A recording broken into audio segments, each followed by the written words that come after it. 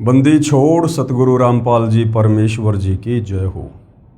परमपिता परमात्मा सारी सृष्टि के रचनहार, कुल मालिक, असंख्य ब्रह्मांडों के स्वामी, जगत गुरु, तीनों लोकों में प्रवेश करके सबका धारण पोषण करने वाले, राजाधिराज, आत्माधार, नाथों के नाथ, देवों के देव महादेव, सर्वेश्वर, महेश्वर, मृत्युंजय, अजरो अमर, आदि अनादि, सनातनी प्रभु, जगत पिता जगदीश्वर, श्री श्री 1008 की उपाधि के वास्तविक अधिकारी, अकाल मूर्त शब्द स्वरूपी राम वासुदेव, सर्वगतम ब्रह्म, परम पूज्य, प्रथम पूज्य, परम संत, परम पुरुष, परम धनी, परम दयालु, सत्य कबीर, हक्का कबीर, अल्लाहु कबीर, अल्लाहु अकबर, बाखबर, अल्लाह ताला, जगत के तारणहार, जगत के मुक्तिदाता, जगत के जगन्नाथ, हारे के सहारे, हिंदुओं के राम, मुसलमानों के अल्लाह, सिखों के वाहिगुरु, ईसाइयों के मसीह, दया के सागर दयानिधि, करुणा के सागर करुणानिधि, स्वयंभू परिभू, संकट मोचन, कष्ट हरण, मंगल करण, दुख भंजन, अविगत कबीर, निर्विकार निर्विषम परमात्मा, अलय अलेख सतगुरु, आदि अनादि सतगुरु, असली मर्यादा पुरुषोत्तम, असली राम, असली कृष्ण, असली घनश्याम, असली मुरारी, राजाओं के राजा, महाराजाओं के महाराजा, शहंशाहों के शहंशाह, सम्राटों के सम्राट, भगवानों के भगवान, अल्लाहों के अल्लाह, प्रभुओं के प्रभु, मसीहाओं के मसीह, सच्चे वाहिगुरु, बाबाओं के बाबा, पीरों के पीर, सेठों के सेठ, जगत सेठ, सावड़सा सेठ, सर्वगुण संपन्न, अनंत कोटि कलाओं के स्वामी, अनंत कोटि ब्रह्मांडों के नायक, योगियों में महायोगी, ध्यानियों में महाध्यानी, सिद्धों में परम सिद्ध, ज्ञानियों में तत्वज्ञानी, ब्रह्म ज्ञानी, महाज्ञानी, परम ज्ञानी, सर्वश्रेष्ठ ज्ञानी, विज्ञानी, युवा कबीर, समर्थ कबीर, असमवात, अमित ओजा, सच्चे रहनुमा, करीम अल्लाह, सुभान अल्लाह, दुनिया के अंतिम पैगंबर, 8 सितंबर 1951 से गांव धनाना, जिला सोनीपत, हरियाणा, भारतवर्ष की पावन भूमि पे प्रकट रियल कल की भगवान श्री नारायण साकार हरि, श्री बाबा साहेब, नूर अनंत परमात्मा, सच्चे दरवेश, सच्चे बाखबर, संत श्रोमणी सतगुरु रामपाल जी परमेश्वर जी के चरण कमल में आप और हम सभी भाई बहनों का अनंत कोटि दंडवत प्रणाम। सत्साई भाई और बहनों, बहुत बड़ी दया, बहुत बड़ी मेहर पूज्य गुरुदेव भगवान की, परमेश्वर रामपाल जी की, जिनके शुभ आशीर्वाद से, विशेष आशीर्वाद से, उन्हीं के सत्संगों के संग्रह के ऊपर बन चुकी पवित्र आध्यात्मिक पुस्तक कबीर बड़ा या कृष्ण के ऊपर वीडियो बनाने की श्रृंखला जारी है। इसी श्रृंखला में आज हमारा ये 20वें नंबर का वीडियो है। पूज्य गुरुदेव भगवान के आशीर्वाद से पवित्र पुस्तक कबीर बड़ा या कृष्ण के माध्यम से विशेषकर हिंदू समाज में उन तमाम आत्माओं को जो वास्तव में मोक्ष चाहती हैं, परमात्मा प्राप्ति चाहती हैं, उन्हें भक्ति और भगवान के विषय में, अध्यात्म के विषय में, शास्त्र अनुकूल सत्य साधना के विषय में वो सब कुछ जानने और समझने को मिल रहा है, जिसकी तलाश ये आत्मा युगों युगों से कर रही थी। परंतु हमारे नादान धर्मगुरु, जिन्हें हम बहुत बड़े विद्वान समझा करते थे, अनेक भाषाओं के प्रकांड ज्ञाता समझा करते थे, परंतु तत्व ज्ञान के अभाव में वे इन धर्मशास्त्रों से अध्यात्म का निष्कर्ष निकालकर समाज को नहीं दे पाए, जिस कारण से वो खुद भी इन शास्त्रों को ना समझ पाने के चलते, तत्व ज्ञान के अभाव से वे खुद भी लक 84 योनि में गए, जन्म और मरण के चक्कर में रहे, और युगों युगों से हम आत्माओं को भी इसी प्रकार से काल के जन्म और मरण के चक्कर में धकेलते आ रहे हैं। अब भाई और बहनों, ये कलयुग की बिचली पीढ़ी है, भक्ति का प्राइम टाइम है। परमपिता परमेश्वर कबीर साहिब जी के द्वारा निर्धारित किया गया ये समय है, और इस समय वो परमेश्वर सतलोक से चलकर गति करके सशरीर धरती पर 8 सितंबर 1951 को खुद ही प्रकट हुए हैं, और सन 1994 से अपने यथार्थ 13वें कबीर पंथ की शुरुआत करके और समाज को शास्त्र अनुकूल साधना प्रदान करने लगे हैं, और लाखों करोड़ों की संख्या में आत्माओं ने शास्त्र अनुकूल साधना को अपनाकर हर प्रकार की बुराइयों से भी अपना पीछा छुड़वाया है, और आत्मज्ञान के साथ साथ परमात्म ज्ञान की प्राप्ति भी कर रहे हैं। तो भाई और बहनों, जब तक हम सतगुरु रामपाल जी के प्रवचन नहीं सुनेंगे या उनके द्वारा लिखित पुस्तकों का अध्ययन नहीं करेंगे, तो हम अध्यात्म के विषय में कभी कुछ नहीं जान सकते। और सृष्टि रचना को जानना सुनना बहुत ज़रूरी है, क्योंकि सृष्टि रचना भक्ति मार्ग की नींव है, मूल है। और जब तक नींव कमज़ोर रहेगी हम ऊपर मकान नहीं बना सकते। अर्थात यदि अध्यात्म की नींव सृष्टि रचना को हम नहीं समझेंगे तो हम भक्ति मार्ग पर दृढ़ होकर नहीं लग सकते। तो इस पवित्र पुस्तक कबीर बड़ा या कृष्ण में हमारा जो टॉपिक चल रहा है वो है जनता की अदालत। जनता की अदालत में जज खुद जनता है, क्योंकि जनता पढ़ी लिखी है, शिक्षित है, अपनी आंखों से सर्व धर्मशास्त्रों को देखकर निर्णय कर सकती है कि हमारे धर्मशास्त्रों में अध्यात्म के विषय में क्या कुछ लिखा हुआ है। और मामला चल रहा है कबीर बड़ा या कृष्ण कि सुप्रीम गॉड कौन है, सारी सृष्टि का रचयिता कौन है, सर्व आत्माओं का उत्पत्ति करता कौन है। और गीता अध्याय 17 श्लोक नंबर 23 में जो ओम तत् सत 3 मंत्र हैं ये किस परमेश्वर के हैं। और गीता अध्याय 15 श्लोक नंबर 17 में जिस उत्तम पुरुष के विषय में बात की गई है कि उत्तम पुरुष है तू अन्य परमात्मा इति उदाहरते ये लोग तेरम अवश्य विवर्ति अव ईश्वरे। वो उत्तम परमेश्वर कौन है, सर्वोत्तम परमात्मा कौन है, सबसे सुप्रीम भगवान कौन है, जो तीनों लोकों में प्रवेश करके सबका धारण पोषण करता है। तो जनता की अदालत में श्री कृष्ण उर्फ विष्णु जी को उत्तम पुरुष बताते हुए उनके वकील साहिबान के रूप में हिंदू समाज के सर्व धर्मगुरु आचार्य शंकराचार्य खड़े हैं, और इधर कबीर जी को सुप्रीम गॉड बताते हुए कबीर जी के वकील सतगुरु रामपाल जी खड़े हैं। और सतगुरु रामपाल जी ने, जैसा कि आपने पिछले अनेक वीडियो में देख लिया है, उन्हीं हिंदू धर्म ग्रंथों का हवाला देकर कोर्ट में दिखाकर जिन हिंदू धर्म ग्रंथों का हवाला देकर ये नादान धर्मगुरु श्री कृष्ण जी को सुप्रीम गॉड साबित करने की नाकाम कोशिश कर रहे थे, सतगुरु रामपाल जी ने सर्व जनता की आंखें खोल दी कि तुम्हारे वेदों में, गीता जी में, पुराणों में सुप्रीम गॉड श्री कृष्ण उर्फ विष्णु को नहीं बल्कि कबीर जी को बताया गया है। अब जनता शिक्षित है, इसलिए अपनी आंखों से अपने ही धर्मशास्त्रों में सर्व प्रमाण देखकर जागरूक हो रही है और सतगुरु रामपाल जी से अध्यात्म के विषय में सवाल जवाब कर रही है। बहुत सारी प्रश्नोत्तरी आप जी देख चुके हैं, वीडियो बन चुके हैं। वर्तमान में जो जनता का सवाल है वो तीर्थों को लेकर है कि ये हमारे नादान धर्मगुरु हमें तीर्थों पर, धामों पर जाने की सलाह देते हैं कि वहाँ जाने से आपके पुण्य बनेंगे, आपको सांसारिक लाभ होंगे, आपकी घर गृहस्थी में लाभ होगा। तो जनता पूछ रही है कबीर जी के वकील सतगुरु रामपाल जी से, क्या इन धामों और तीर्थों पर जाने से कोई लाभ है, क्या कोई पुण्य प्राप्ति है। तो सतगुरु रामपाल जी ने सर्वप्रथम जनता को समझाया कि ये धाम क्या हैं, तीर्थ क्या हैं, क्यों बने हैं, पीछे का इतिहास क्या है। जब तक ये नहीं समझोगे आप वहाँ जाने से रुक नहीं सकते। तो किस प्रकार से ज्वाला देवी मंदिर बना, वैष्णो देवी मंदिर बना, किस प्रकार से जगन्नाथपुरी मंदिर बना, बद्रीनाथ बना, केदारनाथ बना, ये सारी जानकारी सतगुरु रामपाल जी ने समझाई है। जैसे शुक्र तीर्थ है, सरस्वती तीर्थ है, ये कैसे बने हैं ये जानकारी भी उन्होंने जनता को उन्हीं के पुराणों से दिखा कर समझाई है। तो अंत में फिर जनता ने कहा कि ये बात तो हमें आपकी समझ में आ गई कि इन धामों पर, इन तीर्थों पर जाने से कोई फायदा नहीं है, क्योंकि ये धाम और तीर्थ तो एक यादगार मात्र हैं। किसी साधु संत महात्मा ऋषि ने वहाँ बैठकर अपनी भक्ति तपस्या की थी, उसके बाद लोगों ने यादगार बनाए रखने के लिए कोई मंदिर बना दिया, आगे चलकर उसकी पूजा शुरू हो गई और नादान जनता वहाँ पुण्य प्राप्ति के लिए जाने लगी, जबकि वास्तव में शास्त्रों के अनुसार वो एक मनमाना आचरण है। तो अब आप हमें ये बताइए कि वास्तव में सबसे बढ़िया शुद्ध तीर्थ क्या है, जिस तीर्थ में स्नान करने से हमें पुण्य मिले, हमारी आत्मा का कल्याण हो जाए।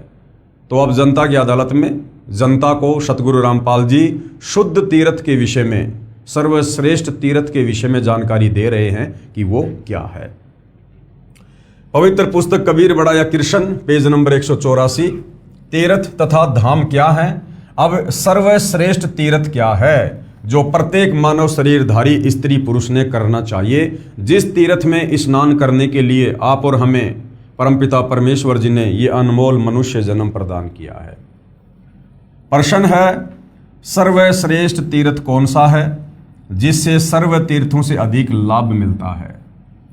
उत्तर दे रहे हैं सतगुरु रामपाल जी, सर्वश्रेष्ठ चित्त शुद्ध तीर्थ है। चित्त शुद्ध तीर्थ, चित्त यानी जो हमारे मन को शुद्ध कर दे, हमारी आत्मा को निर्मल कर दे, हमें ज्ञान से परिपूर्ण कर दे, वो सबसे सर्वश्रेष्ठ तीर्थ है।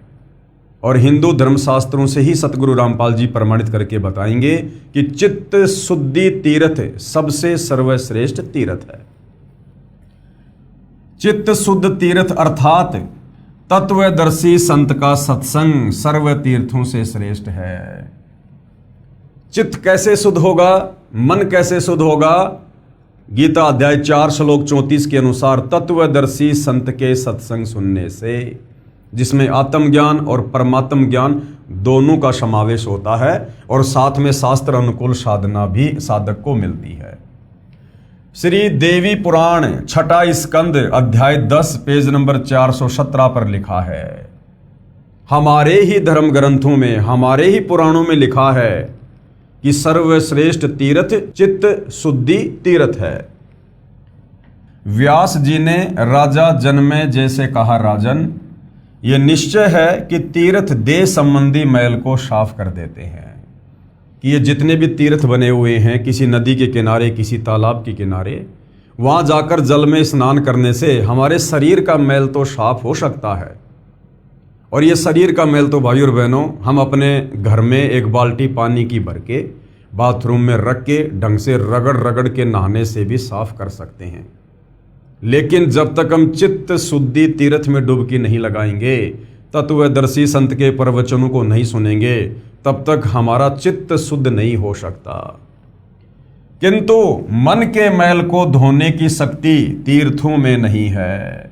तीर्थ केवल शरीर के मैल को साफ कर सकते हैं, लेकिन मन में जो मैल है, जो पांचों विकारों वाला मैल जमा हुआ है, काम, क्रोध, मोह, लोभ, अहंकार, इसके उपरांत जो ये राग, द्वेष, ईर्ष्या, छल, कपट, मन मुटाव, धोखाधड़ी, चोरी, जारी, निंदा, चुगली, कपटबाजी, मिलावटखोरी, रिश्वतखोरी, काला बाजारी, ये जो तरह तरह के मैल हमारी आत्मा के ऊपर इस काल ने चिपका रखे हैं, ये तीर्थों के जल में नहाने से साफ नहीं हो सकते। उसके लिए तो अपने तत्वदर्शी संत के सत्संग सुनने पड़ेंगे। किंतु मन के मैल को धोने की शक्ति तीर्थों में नहीं है। चित्त शुद्ध तीर्थ गंगा आदि तीर्थों से भी अधिक पवित्र माना जाता है। यदि भाग्यवश चित्त शुद्ध तीर्थ सुलभ हो जाए, क्योंकि भाई और बहनों सर्व पदार्थ है जगमाही और भाग बिना नर पावत नाई। तत्वदर्शी संत की शरण, उनके प्रवचन भी बिना मजबूत भक्ति संस्कार के मानव शरीरधारी आत्मा को नसीब नहीं हो सकते। यानी सबके भाग्य में तत्वदर्शी संत की शरण में आना नहीं होता है।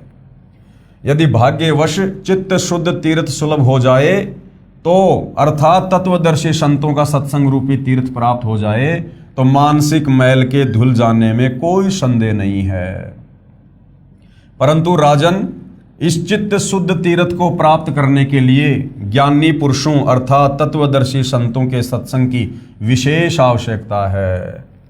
वेद, शास्त्र, व्रत, तप, यज्ञ और दान से चित्त शुद्ध होना बहुत कठिन है। वशिष्ठ जी ब्रह्मा जी के पुत्र थे। उन्होंने वेद और विद्या का सम्यक प्रकार से अध्ययन किया था। गंगा के तट पर निवास किया करते थे। तथापि द्वेष के कारण उनका विश्वामित्र के साथ वैमनस्य हो गया और दोनों ने परस्पर श्राप दे दिए तथा उनमें भयंकर युद्ध होने लगा।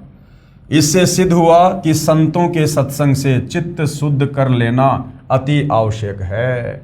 यानी भाई और बहनों, विश्वामित्र और वशिष्ठ जैसे विद्वान लोग भी संत की श्रेणी में नहीं हैं।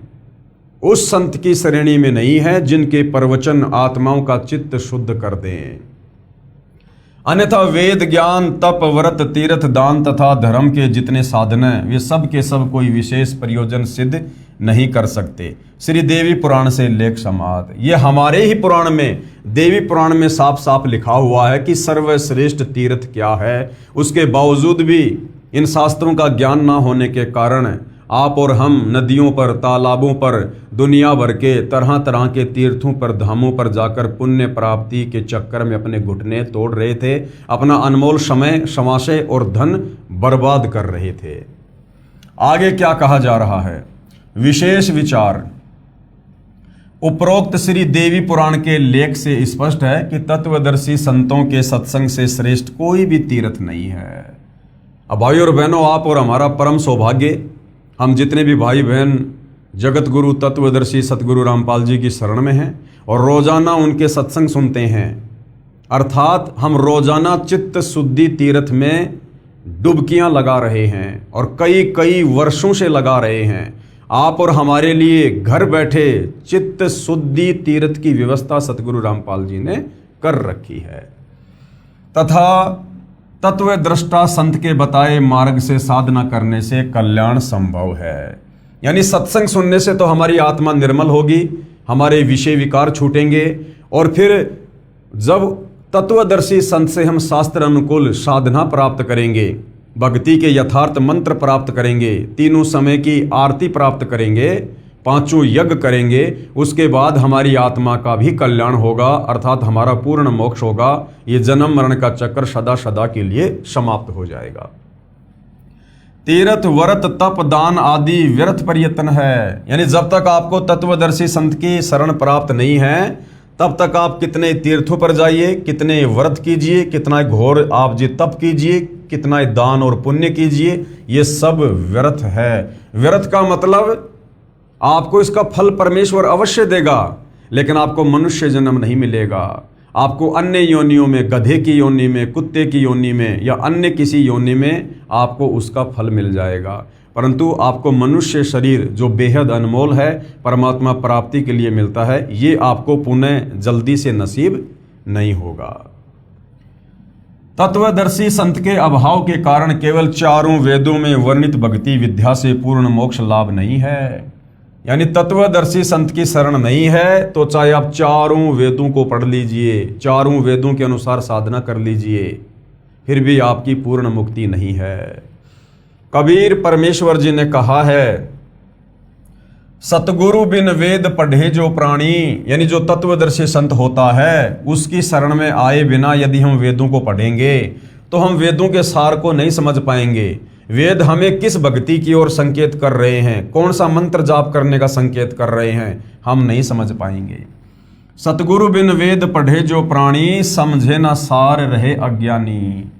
और सतगुरु बिन काहू न पाया ज्ञाना, यानी बिना तत्वदर्शी संत की शरण ग्रहण किए आप कभी भी तत्व ज्ञान से परिचित नहीं हो सकते। ज्यों थोथा बुछड़े मूड किसाना, जिस प्रकार गेहूं निकालने के बाद उसके भूस को कोई कूट कूट के गेहूं प्राप्त करना चाहे तो वो व्यर्थ प्रयत्न है, इसी प्रकार तत्वदर्शी संत की शरण में आए बिना चाहे कोई भी आचार्य हो, शंकराचार्य हो, चाहे ब्रह्मा विष्णु महेश भी आपके गुरु बनकर आपको वेद पढ़ाएं तो भी आप मुक्ति का साधन प्राप्त नहीं कर सकते। 68 तीर्थ ब्रह्म ब्रह्म आवे, सब फल सतगुरु चरणा पावे। जो 68 प्रकार के तीर्थ हमारे नादान धर्म गुरुओं ने हिंदू श्रद्धालुओं को बता रखा है कि वहां जाने से पुण्य मिलेगा, मोक्ष होगा, आप उन 68 तीर्थों पर कितना ही भटक लीजिए, पूरी जिंदगी भटक लीजिए, जब तक आप तत्वदर्शी संत की शरण में नहीं आएंगे और शास्त्र अनुकूल साधना नहीं करेंगे आपकी मुक्ति लाख जन्म भी नहीं है। कबीर तीर्थ कर कर जग मुआ, उड़े पानी नहाए, सत नाम जपा नहीं काल घसीटे जाए। यानी बिना सच्चे नाम के जाप के लोग तीर्थों पर जा जाकर और अपना जीवन बर्बाद कर दिया, लेकिन उनको आत्म कल्याण की राह नसीब नहीं हुई। सूक्ष्म वेद अर्थात तत्व ज्ञान में कहा है कि 68 तीर्थ ब्रह्म ब्रह्म आवे, 100 फल सतगुरु चरणा पावे। गंगा यमुना बद्री समेते, जगन्नाथ धाम है जेते, बर में फल प्राप्त होए न जेतो, गुरु सेवा में फल पावे ते। तो ये जितने भी प्रकार के तीर्थ हैं, गंगा यमुना बद्रीनाथ जगन्नाथ, इन सभी तीर्थों पर धक्के खाने से हमें कोई पुण्य कोई लाभ नहीं है, और जो लाभ आप इन तीर्थों पर जाकर प्राप्त नहीं कर सकते उससे असंख्य गुना ज़्यादा लाभ घर बैठे यदि आप तत्वदर्शी संत की शरण में है तो उनके द्वारा बताई गई भक्ति साधना करने से और उनकी सेवा करने से आप जी प्राप्त कर लेते हैं। कोटिग तीर्थ सब कर आवे, चाहे आप करोड़ों तीर्थ कर लो और गुरु जी के चरणों में फल तुरंत ही पावे। तत्वदर्शी संत के चरणों में आपको करोड़ों तीर्थों से भी ज्यादा फल प्रतिदिन नसीब होता है।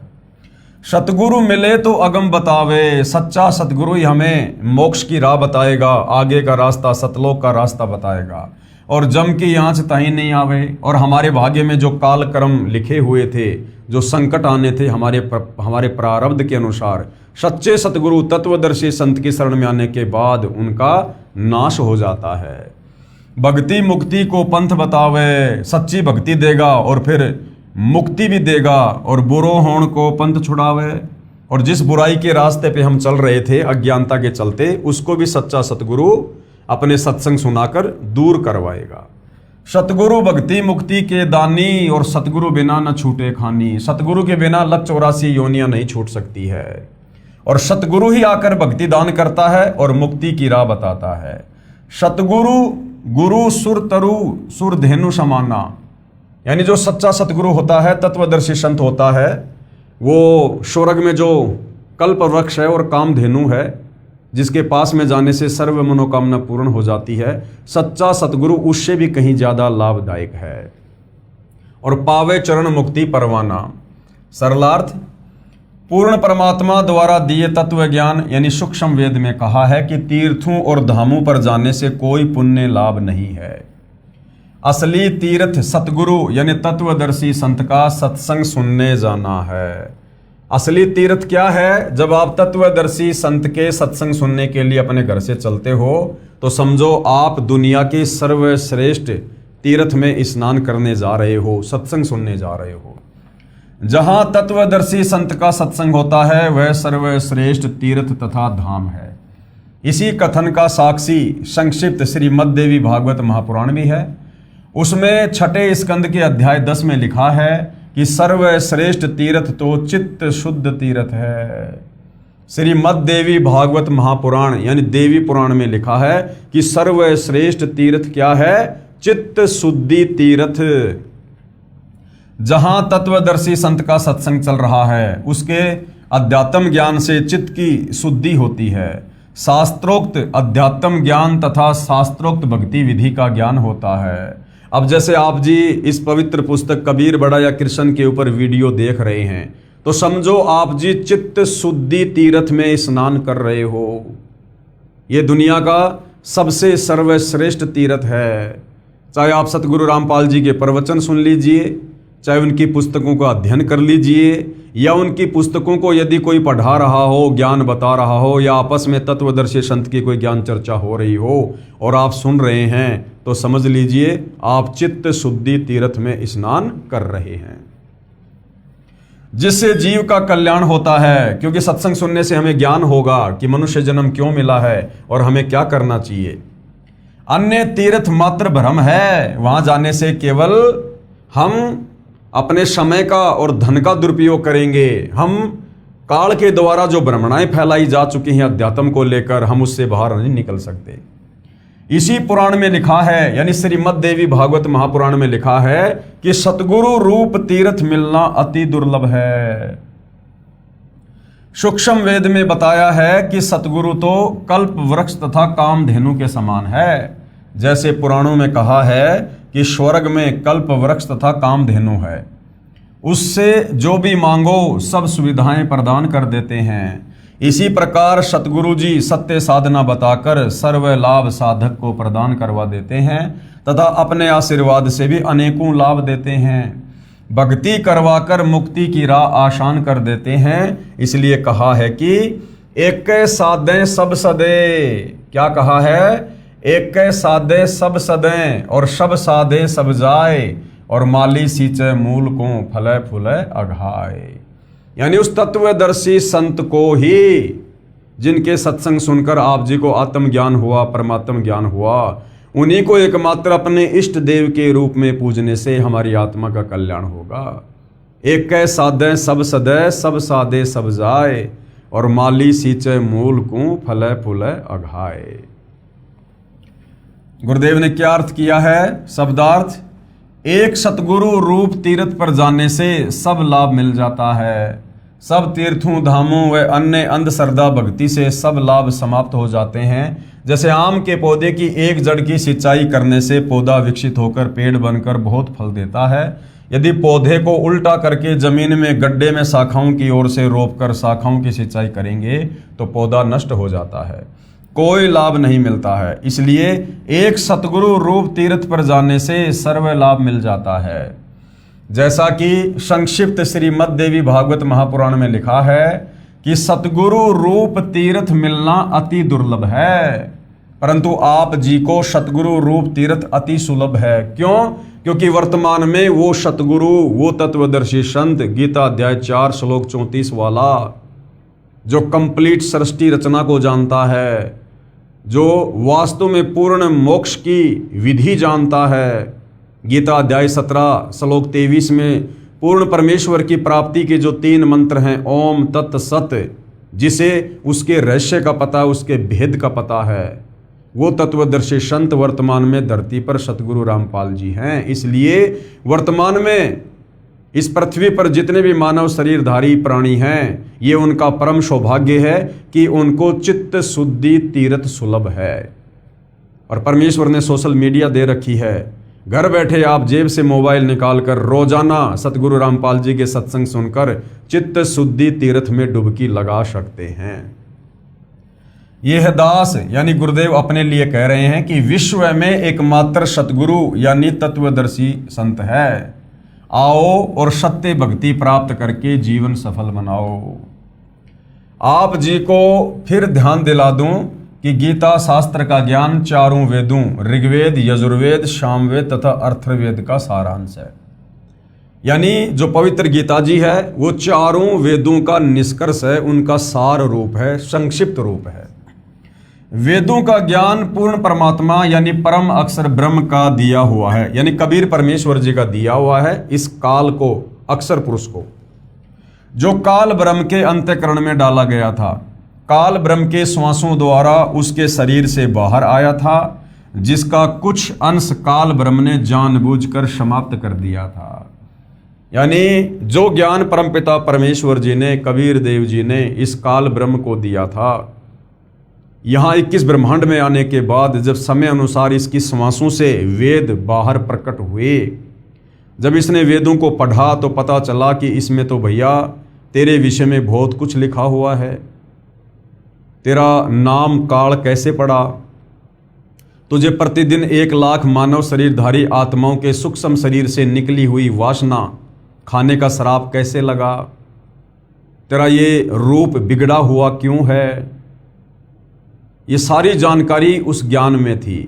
तो इसने जल्दबाजी में उस ज्ञान को नष्ट कर दिया जो इसके पाखंड की पोल खोल रहा था, और बाकी का ज्ञान इसने समुद्र मंथन के माध्यम से श्री ब्रह्मा जी को, जो इसका सबसे बड़ा बेटा है, यानी ब्रह्मा विष्णु महेश इस काल ब्रह्म के ज्योति निरंजन के बेटे हैं, तो इसने समुद्र मंथन में वो ज्ञान ब्रह्मा जी को प्रदान कर दिया। ब्रह्मा जी ने उस ज्ञान को पढ़ा, लेकिन तत्व ज्ञान के अभाव में, तत्वदर्शी संत के अभाव में ब्रह्मा जी निष्कर्ष नहीं निकाल पाए। और जैसा ब्रह्मा जी को समझ में आया, ब्रह्मा जी ने आगे अपने वंशज ब्राह्मणों को, धर्म गुरुओं को देना शुरू कर दिया। अब जब ब्रह्मा जी को समझ में नहीं आया तो उसके वंशजों को कहाँ से समझ में आ जाता। उन वंशजों ने उस ज्ञान को आगे प्रचारित करना शुरू कर दिया। आगे चल के कालांतर में श्री वेद व्यास जी के द्वारा 4 वेदों के रूप में, 4 पुस्तकों के रूप में उस वेद ज्ञान को लिपिबद्ध कर दिया गया, जो आज आप और हमारे सामने है। शेष अपने पुत्र ब्रह्मा जी को दे दिया। श्री कृष्ण द्वैपायन जी ने यानी वेद व्यास जी ने इसको 4 भागों में ऋग्वेद, यजुर्वेद, सामवेद तथा अथर्ववेद में बांट दिया, यानी 4 पुस्तकें बना दी, जिस कारण से उनको वेद व्यास यानी वेदों का विस्तारक कहा जाने लगा। यही ज्ञान श्रीमद् भगवद गीता में काल ब्रह्म ने श्री कृष्ण जी के शरीर में प्रवेश करके कहा था। इसलिए गीता का ज्ञान परमात्मा का बताया है, पुराणों का ज्ञान श्री ब्रह्मा जी तथा ऋषियों का अपना अनुभव है। पुराणों में जो ज्ञान गीता और वेदों से नहीं मिलता वह शास्त्र विरुद्ध है, उसको आधार मानकर साधना करना बेकार है। चारों वेदों, 4 वेद कौन से हैं?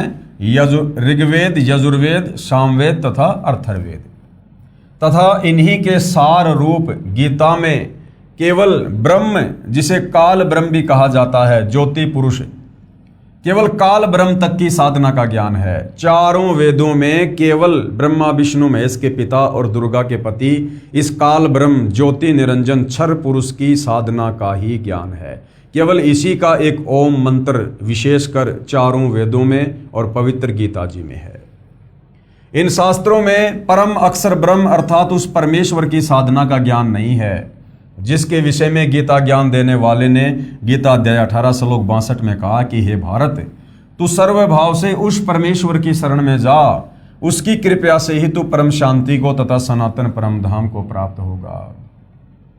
यानी खुद ये ब्रह्मा विष्णु महेश का पिता गीता का ज्ञान देते समय श्री कृष्ण जी के शरीर में प्रवेश करके अर्जुन को कह रहा है कि अर्जुन, यदि तुझे मेरे द्वारा फैलाए गए जाल से, जन्म और मरण के षड्यंत्र से, लग 84 योनियों के कष्ट से बाहर निकलना है, तो गीता अध्याय 18 श्लोक 62 में कह रहा है कि भाई तू किसी तत्वदर्शी संत की शरण में जा, तू सर्वभाव से उस परमेश्वर की शरण में जा। यानी अपने से अन्य किसी और सर्वश्रेष्ठ परमात्मा की शरण में जाने की सलाह अर्जुन को दे रहा है। जहाँ जाने के बाद यानी उस परमेश्वर के लोक सतलोक में जाने के बाद साधक फिर लौटकर वापस संसार में नहीं आता, यानी मेरे किस ब्रह्मांड में फिर वो जन्म मरण में नहीं आता है। उस परमेश्वर का ज्ञान जानने के लिए गीता अध्याय 4 श्लोक 32 और 34 में कहा है कि उस तत्व ज्ञान को स्वयं परमेश्वर ने अपने मुख कमल से बोलकर वाणी द्वारा बताया है। वह तत्वदर्शी संतों के पास जाकर समझ कि भैया वो कंप्लीट ज्ञान अर्जुन मेरे पास भी नहीं है। यानी गीता ज्ञानदाता ने हाथ खड़े कर दिए। जिस गीता ज्ञानदाता को हिंदू समाज सर्वश्रेष्ठ ज्ञानी और भगवान मानकर पूज रहा है, श्री कृष्ण और विष्णु को, उसने भी हाथ खड़े कर दिए कि भैया उस सर्वश्रेष्ठ परमात्मा की प्राप्ति का और उसके सतलोक में जाने का कंप्लीट ज्ञान मुझे भी नहीं है। उसके लिए अर्जुन तो किसी तत्वदर्शी संत की खोज कर। गीता अध्याय 4 श्लोक 32 और 34।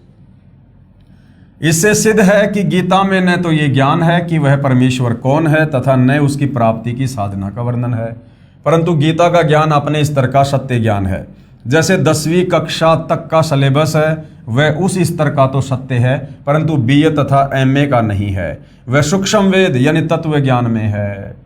जो ज्ञान चारों वेदों में और पवित्र गीता जी में नहीं है, उस परमपिता परमेश्वर सारी सृष्टि के सर्जनहार सबके धारण पोषण करता कबीर परमेश्वर के विषय में, वो ज्ञान 5वें वेद सूक्ष्म वेद में है। वो ज्ञान तत्व ज्ञान में है और वो तत्व ज्ञान तत्वदर्शी संत के पास है।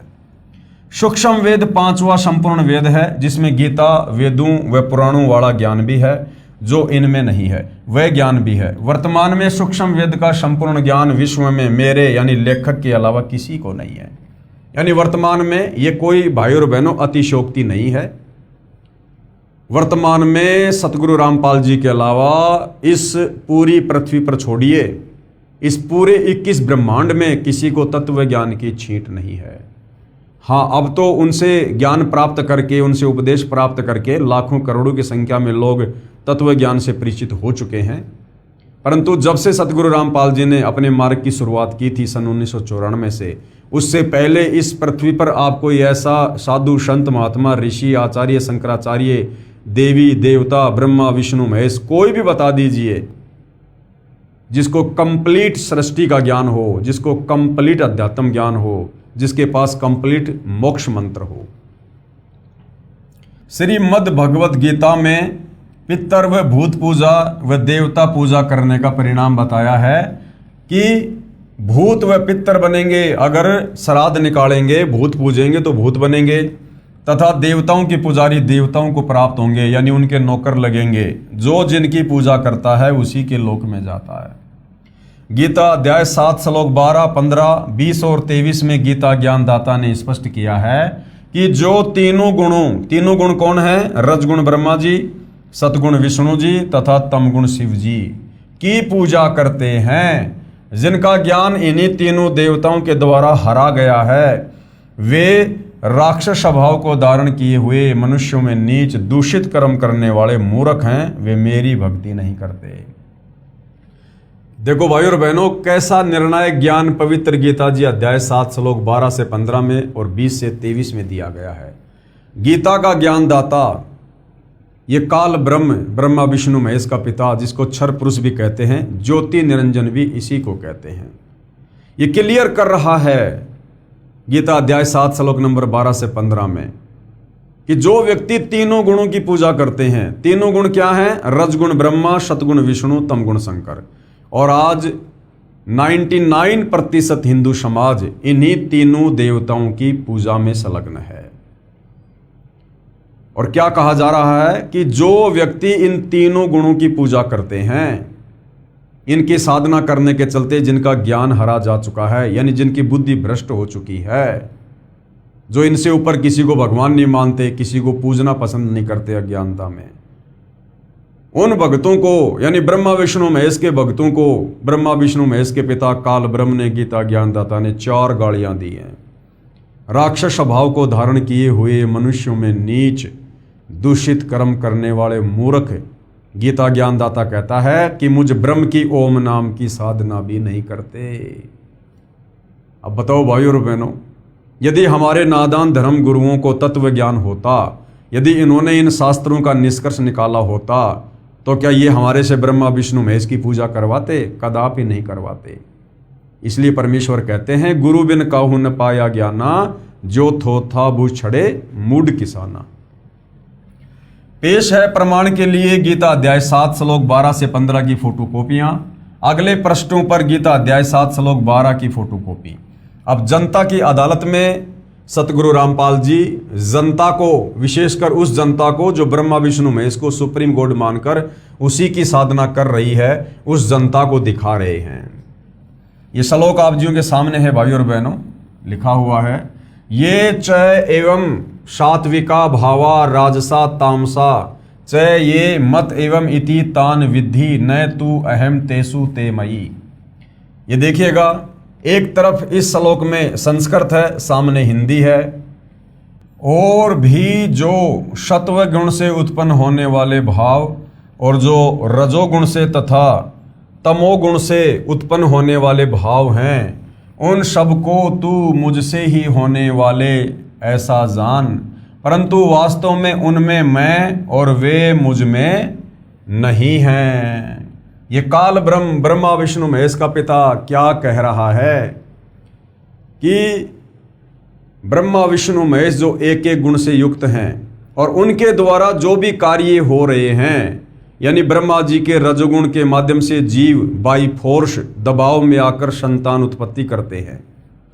विष्णु जी के सतोगुण के प्रभाव से आपस में मोह ममता में बंधे हुए हैं और शंकर जी के तमोगुण के प्रभाव से राग द्वेष, ईर्ष्या, लड़ाई झगड़ा, मार पिटाई, मुकदमेबाजी, ये जो भी कुछ उन तीनों गुणों से हो रहा है, उसका निमित्त करता, उसका मूल कारण मैं काल ब्रह्म हूं, क्योंकि मैंने ही इनको एक एक गुण से युक्त कर रखा है और मैंने ही अपने स्वार्थ के लिए, अपने भोजन के लिए, जो मुझे प्रतिदिन 1 लाख जीव खाने पड़ते हैं तपस्या पर भून भून कर, मैंने अपने भोजन की व्यवस्था के लिए इन तीनों पुत्रों को एक एक गुण से युक्त करके और आप लोगों को जो है इस प्रकार से फांस रखा है।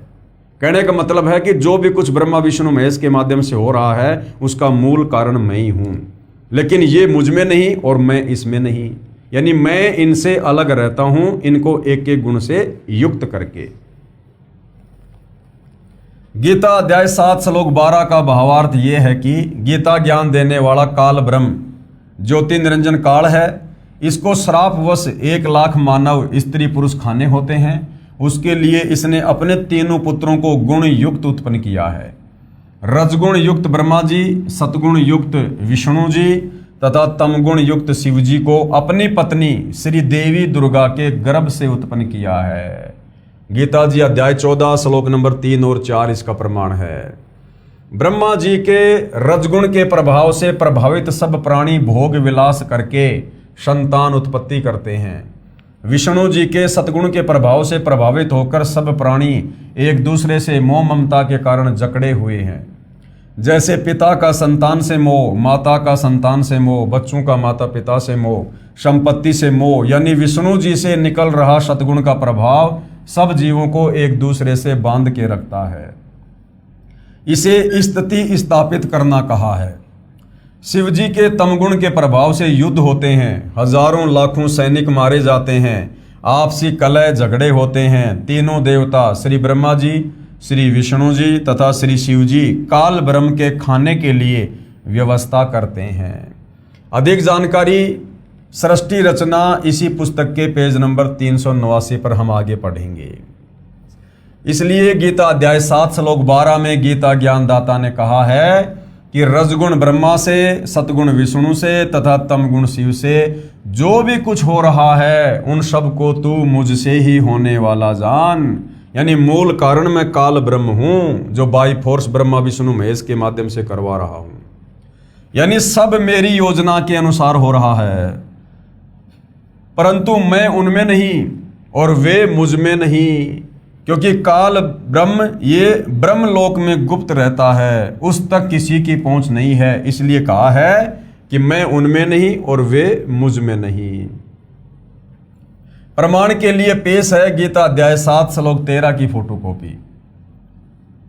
त्रिभी गुणमय भावे एभि सर्वम इदम जगत मोहितम न अभिजानाति माम एभे परम अव्यम। क्या कहा गया है? गुणों के कार्य रूप सात्विक, राजस और तामस, इन तीनों प्रकार के भावों से ये सारा संसार प्राणी समुदाय मोहित हो रहा है।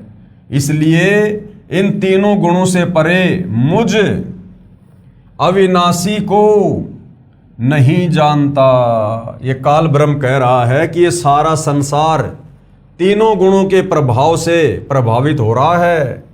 रजगुण ब्रह्मा, सदगुण विष्णु, तमगुण शंकर, इनसे निकल रहे गुणों से पूरा प्राणी समुदाय ये बुरी तरह से जकड़ा हुआ है और इनसे परे ये मुझे नहीं जानते, मेरी पूजा नहीं करते। अध्याय 7 श्लोक 13 का भावार्थ है कि गीता ज्ञानदाता ने कहा है कि जो थोड़ी राहत ये देवता अपने साधक को देते हैं उसी के कारण सारा प्राणी समुदाय यानी जगत इन्हीं पर मोहित हो रहा है। इन तीनों गुणों देवताओं से परे मुझ अविनाशी को नहीं जानता, यानी मेरी पूजा के महत्व से अपरिचित हैं। इन तीनों देवताओं का जाल मेरे से उत्पन्न है। ये मेरी माया बड़ी दुस्तर है। जो पुरुष केवल मुझको भजते हैं वे इस माया यानी तीनों देवताओं का उल्लंघन कर जाते हैं, यानी इनकी भक्ति नहीं करते, इनके पास न जाकर मेरे ब्रह्मलोक में चले जाते हैं। इसके कहने का मतलब है यदि ब्रह्मा विष्णु महेश की पूजा को त्याग कर अगर मुझ काल ब्रह्म की ओम नाम की साधना की जाए तो मैं आपको लंबे समय के लिए ब्रह्मलोक में रहने के लिए जगह दे देता हूँ। और भाइयों और बहनों, इस काल की ओम नाम की साधना करके जो साधक इसके ब्रह्मलोक में जाते हैं, जो 21 ब्रह्मांड की सर्वश्रेष्ठ उपलब्धि है, वो कितने दिन रहेंगे वहाँ पर? केवल 1 कल्प तक। और 1 कल्प का समय गुरुदेव ने कितना बताया? ब्रह्मा जी का 1 दिन, यानी 1008 चतुर्युग तक आप जी ओम नाम की साधना करके आप इस काल के ब्रह्मलोक में रह सकते हो, केवल ब्रह्मा जी के 1 दिन तक। उसके बाद फिर आपको नीचे पटका जाएगा गीता अध्याय 8 श्लोक 16 के अनुसार कि ब्रह्मलोक पर्यंत सर्वलोक पुनरावर्ती में है, यानी ब्रह्मलोक में गया हुआ साधक भी वापस जन्म और मरण में आता है, लक 84 में जाता है, तपतशिला का कष्ट भोगता है, नरक की यातना सहन करता है। पेश है प्रमाण के लिए गीता अध्याय 7 श्लोक 14 की फोटोकॉपी। देवी ही ऐसा गुणमयी मम माया दुरत्या माम एवं ये परपदन्ते मायाम एताम तरंती ते। क्या कहा गया है? क्योंकि यह अलौकिक अर्थात अति अद्भुत त्रिगुणीमयी मेरी माया, यानी ये ब्रह्मा विष्णु महेश के माध्यम से जो पूरे संसार को जकड़े हुए है, ये त्रिगुणीमयी माया ये बड़ी दुस्तर है, यानी बड़ी खतरनाक है। परंतु जो पुरुष यानी जो भगत केवल मुझको ही निरंतर भजते हैं, यानी ओम नाम की साधना करते हैं, काल को भजते हैं, वे इस माया को उल्लंघन कर जाते हैं, अर्थात संसार से तर जाते हैं। यहां पर तर जाने का मतलब ये नहीं है कि उनका मोक्ष हो जाता है। ब्रह्मा विष्णु महेश की साधना से थोड़ा सा उत्तम लाभ वो काल की साधना करके ब्रह्मलोक में जाके प्राप्त कर सकते हैं। बस गीता अध्याय 7 श्लोक 15 में गीता बोलने वाला काल ब्रह्म ने कहा है कि जिनकी बुद्धि इन तीनों देवताओं से आगे नहीं चलती, कि ब्रह्मा विष्णु महेश से भी आगे कोई भगवान है, कोई परमात्मा है, कोई भक्ति है, जो ये सुनना और जानना पसंद नहीं करते हैं, जिनकी बुद्धि इन तीनों गुणों के द्वारा हरी जा चुकी है, जिनका ज्ञान इस त्रिगुणमयी माया यानी रजगुण ब्रह्मा, सतगुण विष्णु तथा तमगुण शिव के द्वारा हरा जा चुका है, यानी जो इन्हीं की भक्ति करते हैं वे राक्षस स्वभाव को धारण किए हुए मनुष्यों में नीच दूषित कर्म करने वाले मूर्ख लोग मुझको यानी गीता ज्ञान दाता काल ब्रह्म को भी नहीं भजते। कहाँ प्रमाण है? प्रमाण के लिए पेश है गीता अध्याय 7 श्लोक 15 की फोटोकॉपी। नए माम दुष्कृतिन मूढ़ा प्रबदन्ते नराधमा मायमा अपहेत ज्ञाना आशुरम भावम आश्रिता। माया के द्वारा यानी ब्रह्मा विष्णु महेश की भक्ति के द्वारा, वो त्रिगुणी माया रजगुण सतगुण तमगुण के द्वारा जिनका ज्ञान हरा जा चुका है, ऐसे आशुर स्वभाव को धारण किए हुए मनुष्यों में नीच दूषित कर्म करने वाले मूढ़ लोग मुझको नहीं भजते।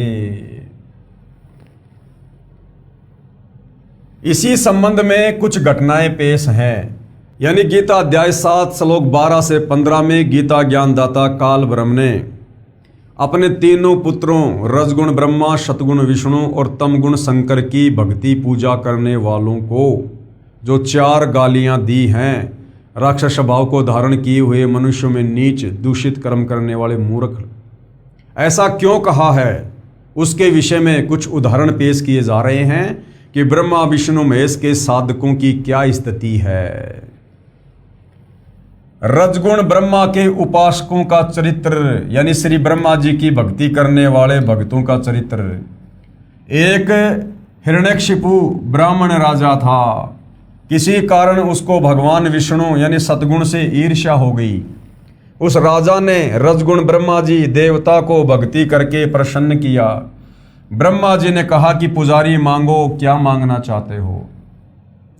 हिरण्यकशिपु ने मांगा कि सुबह मरूं न शाम मरूं, बाहर मरूं न भीतर मरूं, दिन मरूं न रात मरूं, 12 मास में ना मरूं, न आकाश में मरूं न धरती पर मरूं, न मानव से मरूं न पशु पक्षी से मरूं।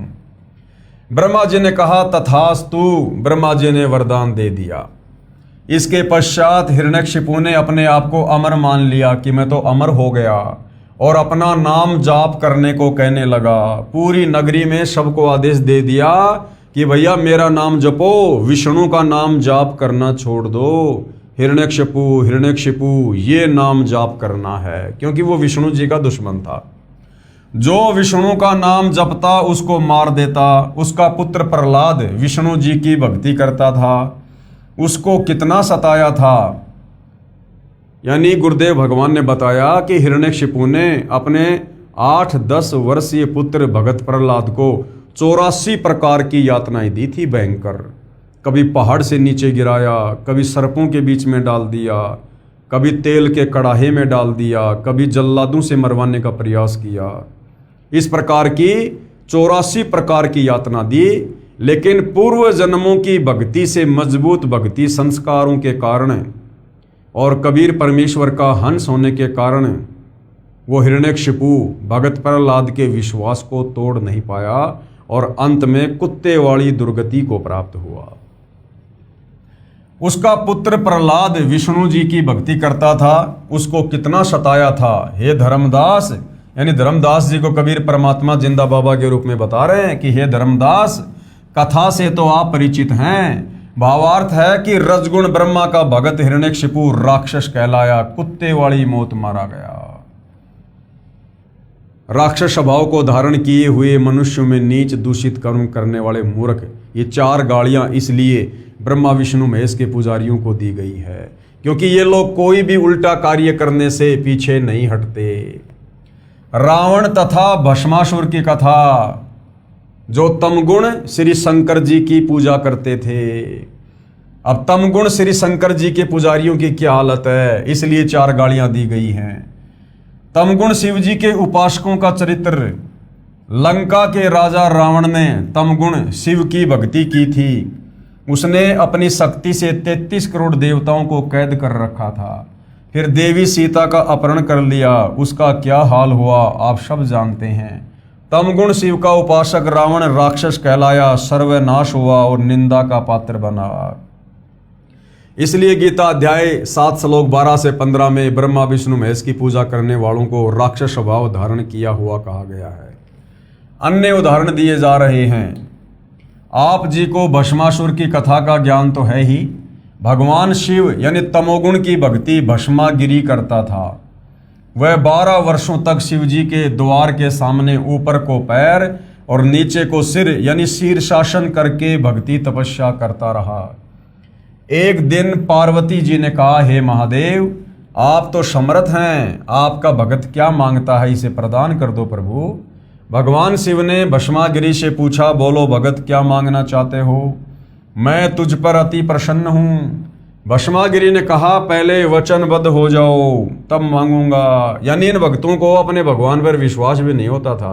पहले उनको वचनबद्ध किया करते थे कि भगवान कहीं मुकर ना जाए। भगवान शिव वचनबद्ध हो गए। तब भस्मागिरी ने कहा कि आपके पास जो भस्म कंडा है वो मुझे प्रदान कर दो। शिव जी ने वह भस्म कंडा भस्मागिरी को दे दिया। अब वो भस्म कंडा भस्म कड़ा क्या था? शंकर जी अपने हाथ में एक वो कड़ा पहना करते थे। उसकी क्या खासियत थी? जिसके सर के ऊपर भी रख कर ये कह दिया जाए भस्म, वो चंद सेकंडों में राख बन जाया करता था। तो भस्मागिरी ने शंकर जी को वचनबद्ध करके वो भस्म कड़ा ले लिया। शिव प्रभु ने वह भस्म कंडा भस्मागिरी को दे दिया।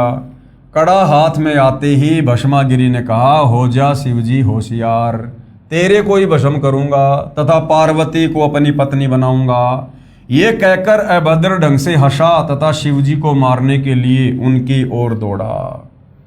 इसलिए भाई गीता अध्याय 7 श्लोक 12 से 15 में ब्रह्मा विष्णु महेश की तीनों गुणों की पूजा करने वालों को 4 गालियां दी गई है। राक्षस स्वभाव को धारण किए हुए मनुष्यों में नीच दूषित कर्म करने वाले मूर्ख। अब बताओ, अब ये राक्षस नहीं, नीच नहीं तो और क्या? जिसको भगवान मानकर भक्ति कर रहा है, तपस्या कर रहा है, और उसी की धर्म पत्नी के ऊपर गंदी नीयत है और अपने इष्ट के साथ में विश्वासघात धोखाधड़ी करने के मकसद से भक्ति कर रहा है कि भस्म कंडा प्राप्त करूंगा, फिर शंकर जी को मारूंगा और पार्वती को पत्नी बनाऊंगा। इसलिए ब्रह्मा विष्णु महेश की भक्ति करने वाले को राक्षस कहा गया है। ये कहकर अभद्र ढंग से हंसा तथा शिव जी को मारने के लिए उनकी ओर दौड़ा। भगवान शिव उस दुष्ट का उद्देश्य जानकर भाग निकले। अब दुनिया कहती है कि भगवान शंकर अजरो अमर हैं, मृत्युंजय है, कालज्य है, अमर है। अगर ये मृत्युंजय थे, अजरो अमर थे, कालज्य थे, तो भस्मासुर के आगे मौत के डर से भागे क्यों? वहीं खड़े रहते। वो तो अमर हैं, अजरो अमर हैं, मृत्युंजय हैं, उनको तो मृत्यु छू ही नहीं सकती। लेकिन भाई और बहनों, केवल ये नादान धर्मगुरुओं ने आप और हमें मूर्ख बना रखा था। ये भगवान शंकर को, विष्णु को, ब्रह्मा जी को, जो कि नाशवान हैं, इनकी जन्म और मृत्यु होती है, असंख्यों बार मर चुके हैं, जन्म ले चुके हैं, अपने नादानी के चलते, तत्व ज्ञानहीनता के चलते इनको अजरो अमर बताकर आप और हमें भक्ति और भगवान से दूर रखा। तो भगवान शंकर जिनको अजरो अमर, मृत्युंजय, कालज्य कहकर हमसे धर्मगुरुओं ने पुजवाया, वो भगवान शंकर अपने एक भगत के आगे डर से भाग निकले। भगवान शिव उस दुष्ट का उद्देश्य जानकर भाग निकले। पीछे पीछे पुजारी, आगे आगे इष्ट देव शिव जी भागे जा रहे थे। विचार करो धर्मदास, यदि आपके देव शिव जी अविनाशी होते तो मृत्यु के भय से नहीं डरते। आप इनको अविनाशी कहा करते थे। आप इन्हें अंतर्यामी भी कहते थे। यदि भगवान शिव अंतर्यामी होते तो पहले ही भस्मागिरी के मन के गंदे विचार जान जाते। इससे सिद्ध हुआ कि ये तो अंतर्यामी भी नहीं है, अविनाशी तो बहुत दूर की बात है। जिस समय भगवान शिव जी आगे आगे और भस्मागिरी पीछे पीछे भागे जा रहे थे, उस समय भगवान शिव ने अपनी रक्षा के लिए परमेश्वर को पुकारा, क्योंकि ये ब्रह्मा विष्णु महेश भी जीव संज्ञा में हैं, ये भी परमेश्वर की आत्मा है। और जब इनके ऊपर कोई विशेष आपत्ति आती है, ये भी अपनी अंतरात्मा से परमेश्वर को पुकारते हैं। उस समय परम अक्षर ब्रह्म जी पार्वती का रूप बनाकर, यानी लोकवेद के आधार से धर्मगुरुओं ने कह रखा कि भाई विष्णु जी आ गए वहां पर पार्वती का रूप बनाकर। वो विष्णु कौन था? वो गीता अध्याय 15 श्लोक नंबर 17 वाला विष्णु था, जो तीनों लोकों में प्रवेश करके सबका धारण पोषण करता है। परम अक्षर ब्रह्म कबीर देव, उन्होंने अपने भगत की पुकार सुनकर भस्मासुर से बचाने के लिए और विष्णु रूप धारण किया और उसके बाद पार्वती रूप में कन्वर्ट हुए। और उस भस्मागिरी को, क्योंकि परमेश्वर के आगे तो सब बेबस है, लाचार है, दो कोटि के जीव हैं, उस भस्मासुरी को जो है नाच नचाया और उसके बाद उसी का हाथ उसके सिर पे रखवाया और फिर परमेश्वर ने उसको भस्म किया। अब परमेश्वर चाहते तो बिना नाच नचाए, बिना वो जिस हाथ में कड़ा था उसके सिर पर रखवाए, वैसे भी उसको भस्म कर सकते थे। लेकिन विष्णु जी को परमेश्वर ने महिमा देनी थी इस भक्ति काल तक, इसलिए विष्णु जी किस प्रकार से मार सकते थे, उसी विधि से उन्होंने जो है भस्मागिरी को खत्म किया। जिस समय भगवान शिव जी आगे आगे और भस्मागिरी पीछे पीछे भागे जा रहे थे, उस समय भगवान शिव ने अपनी रक्षा के लिए परमेश्वर को पुकारा। उसी समय परम अक्षर ब्रह्म जी यानी कबीर देव पार्वती का रूप बनाकर भस्मागिरी दुष्ट के सामने खड़े हो गए तथा कहा, हे भस्मागिरी आ मेरे पास बैठ। भस्मागिरी को पता था कि अब शिव जी निकट स्थान पर नहीं रुकेंगे। भस्मागिरी तो पार्वती के लिए ही तो सर्व उपद्रव कर रहा था। हे धर्मदास, आपको सर्व कथा का पता है। पार्वती रूप में परमात्मा जी ने भस्मागिरी को गंडहस्त नाच नचाकर भस्म किया। तमोगुण शिव का पुजारी भस्मागिरी अपने गंदे कर्म से फिर भस्मासुर अर्थात भस्मा राक्षस कहलाया। भक्ति करता था तो भस्मागिरी नाम था, और भक्ति के बाद उसने जब ऐसा उपद्रव किया, राक्षस वाला काम किया, तो भस्मागिरी का नाम फिर क्या पड़ा? भस्मासुर यानी भस्मा असुर राक्षस। इसलिए इन तीनों देवों के पुजारियों को राक्षस स्वभाव को धारण किए हुए मनुष्यों में नीच दूषित कर्म करने वाले मूर्ख कहा है। अब भाइयों और बहनों, आज भी वो स्थिति है, यानी भस्मागिरी जैसों ने, कंस जैसों ने, रावण जैसों ने, हिरण्यकश्यप जैसों ने अपने इस तरह की बदमाशियां की, उपद्रव किए, जैसी उनमें योग्यता थी, सिद्धियां थी। वर्तमान कलयुग का समय है, भक्ति किसी के पास है नहीं, इसलिए ब्रह्मा विष्णु महेश के पुजारी वर्तमान में अपने अपने हिसाब से उपद्रव कर रहे हैं। ब्रह्मा विष्णु महेश की पूजा भी करते हैं, व्रत भी करते हैं, और उसके बाद चोरी, जारी, निंदा, चुगली, ठगी, व्यभिचार, रिश्वतखोरी, मिलावटखोरी, काला बाजारी, सारे उल्टे काम करते हैं।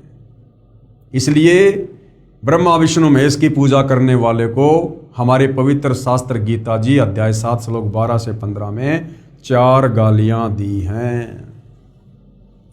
उसके बाद एक उदाहरण और दिया जा रहा है ब्रह्मा विष्णु महेश के पुजारियों के उपद्रव का, इनके राक्षस स्वभाव का।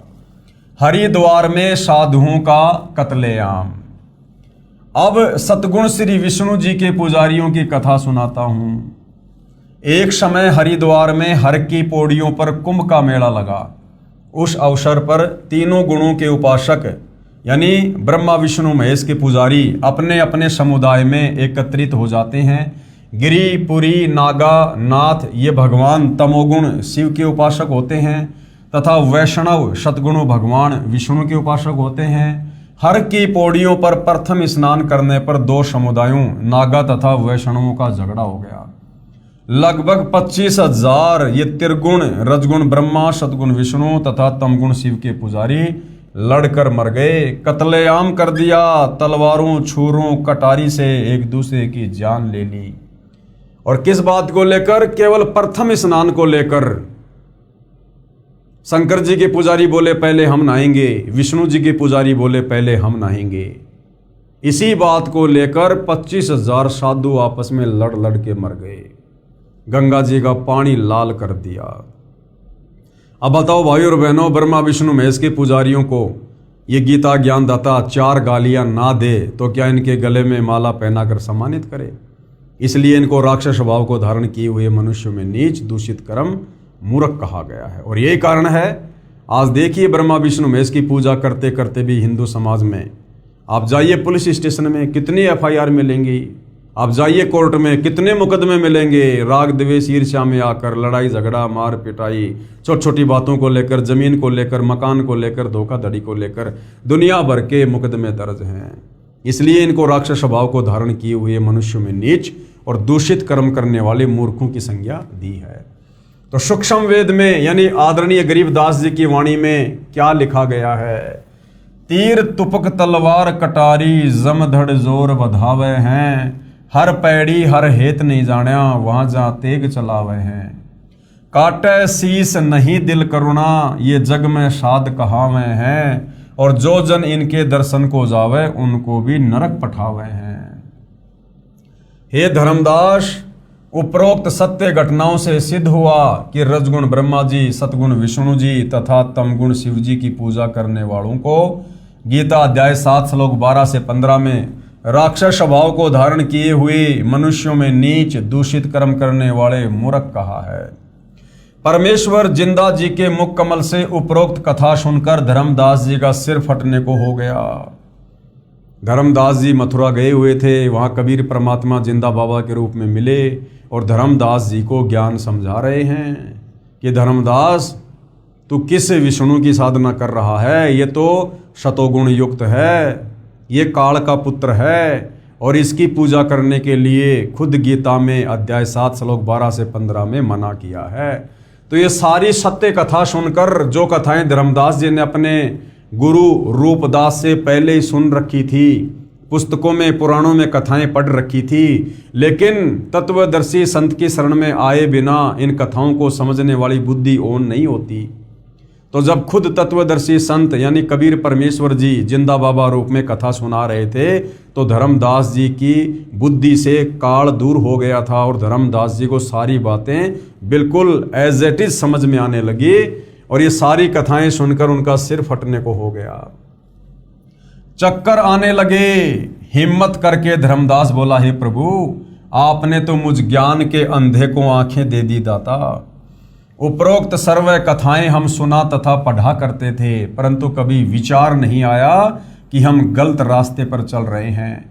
आपका सौ बार धन्यवाद, आप जी ने मुझ पापी को नरक से निकाल दिया प्रभु, और उसी नरक से वर्तमान में सतगुरु रामपाल जी पूरे विश्व को बाहर निकालने के लिए पुनः धरती पर प्रकट हुए हैं। यदि कोई नरक से निकलना चाहे तो उनके सत्संग रूपी चित्त शुद्धि तीर्थ में स्नान करना चाहे तो।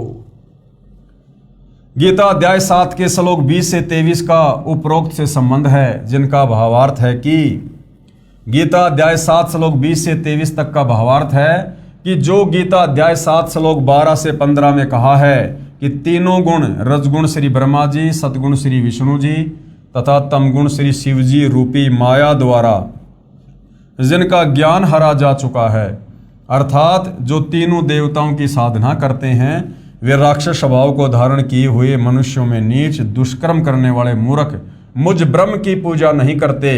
इसी के संबंध में गीता अध्याय 7 श्लोक 20 और 23 में कहा है कि जिनका ज्ञान उपरोक्त तीनों देवताओं द्वारा हरा जा चुका है, वे अपने स्वभाववश उन्हीं देवताओं की पूजा मनोकामना पूर्ण करने के मकसद से करते हैं। अर्थात गीता ज्ञानदाता कह रहा है, क्या कह रहा है कि मेरे से अन्य देवताओं की पूजा करते हैं। जो भगत जिस देवता की पूजा करता है उसकी श्रद्धा मैं ही उस देवता के प्रति दृढ़ करता हूँ।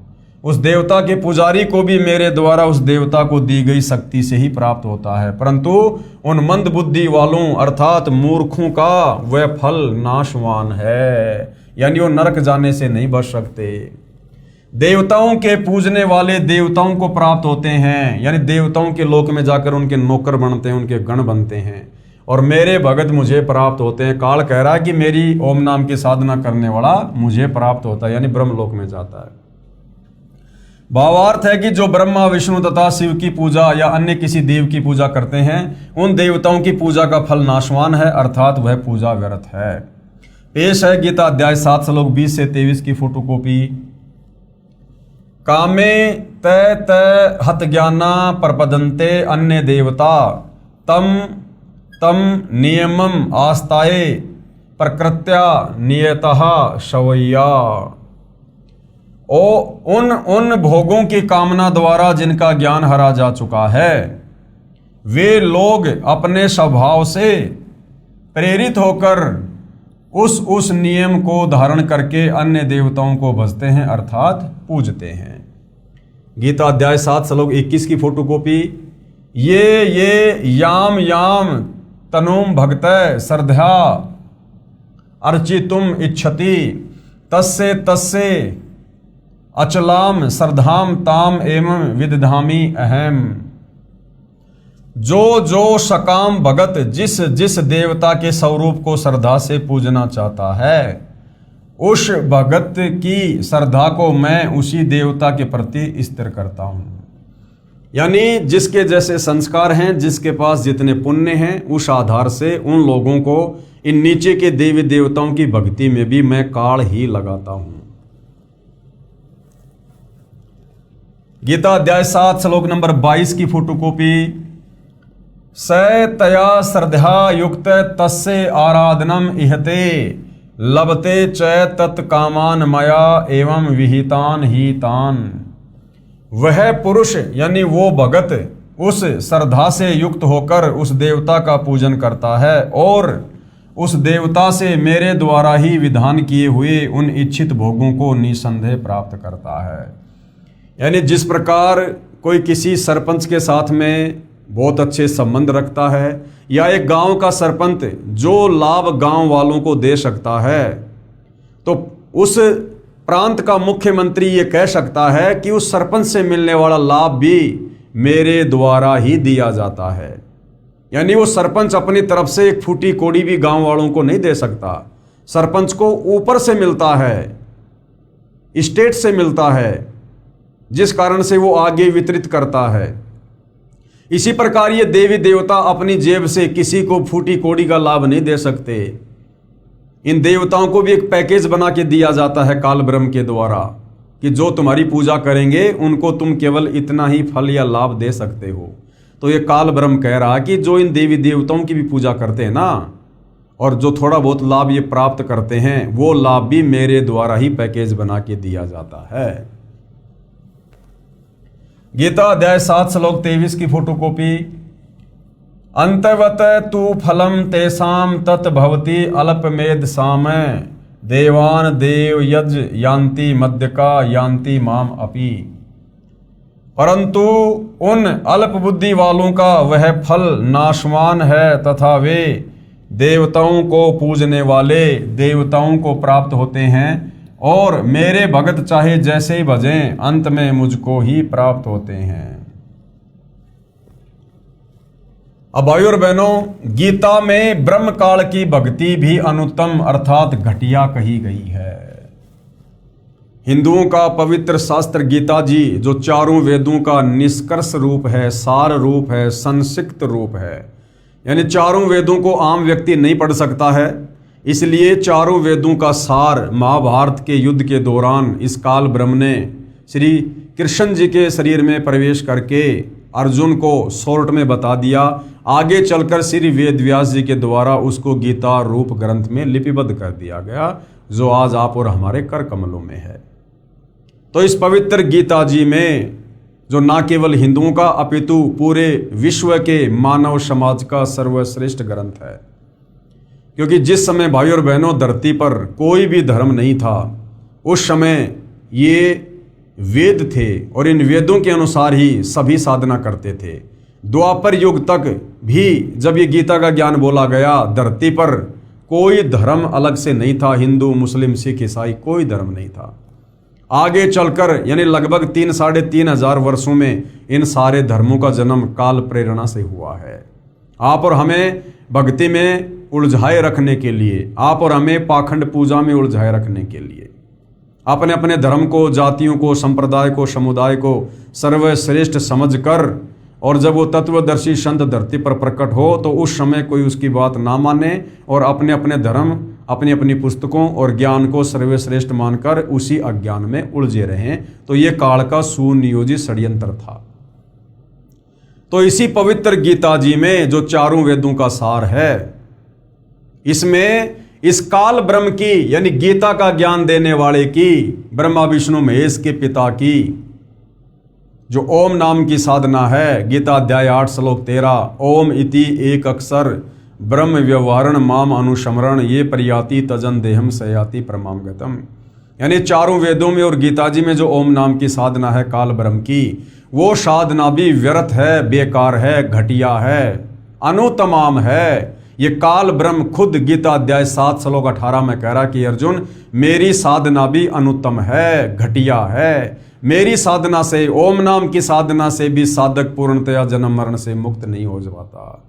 लक 84 योनि में जाने से, गधा कुत्तर सुअर बनने से, नरक भोगने से नहीं बच सकता। तो ये क्यों कह रहा है, किस अध्याय में लिखा है, और यदि इसकी साधना भी अनुत्तम है, घटिया है, तो फिर सर्वश्रेष्ठ साधना किस प्रभु की है? इन तमाम बातों की जानकारी जनता की अदालत में कबीर जी के वकील सतगुरु रामपाल जी दे रहे हैं, और इस विषय को हम अगले वीडियो में देखेंगे। क्योंकि भाइयों और बहनों, सदियों से उलझा हुआ ये आध्यात्मिक ज्ञान है, और अभी तक हमें जो भी धर्मगुरु मिला केवल हमारे को शास्त्र विरुद्ध साधना बताने वाला ही मिला। और इस अज्ञान को एक से नहीं, दो से नहीं, सैकड़ों धर्मगुरुओं के मुख से, कथाओं के माध्यम से, पुस्तकों के माध्यम से सुनने के चलते हमारे अंतःकरण में अज्ञान जमा हो चुका है। इस अज्ञान को मिटाने के लिए आप और हमने चित्त शुद्धि तीर्थ में डुबकी लगानी ही पड़ेगी। तत्वदर्शी संत सतगुरु रामपाल जी के सत्संग सुनने पड़ेंगे, उनके द्वारा लिखित पुस्तकों को पढ़ना पड़ेगा, तब जाकर ये अज्ञान धीरे धीरे छूटेगा। तो नेक्स्ट टॉपिक में जनता की अदालत में इस विषय पर हम चर्चा करेंगे कि गीता ज्ञानदाता काल ब्रह्म भी अपनी ओम नाम की साधना को घटिया क्यों बता रहा है। तब तक भाई और बहनों, परमपिता परमेश्वर हम सबको आज्ञा दें, सद्बुद्धि दें, हमारा मार्गदर्शन करें। बंदी छोड़ सतगुरु रामपाल जी परमेश्वर जी की जय हो।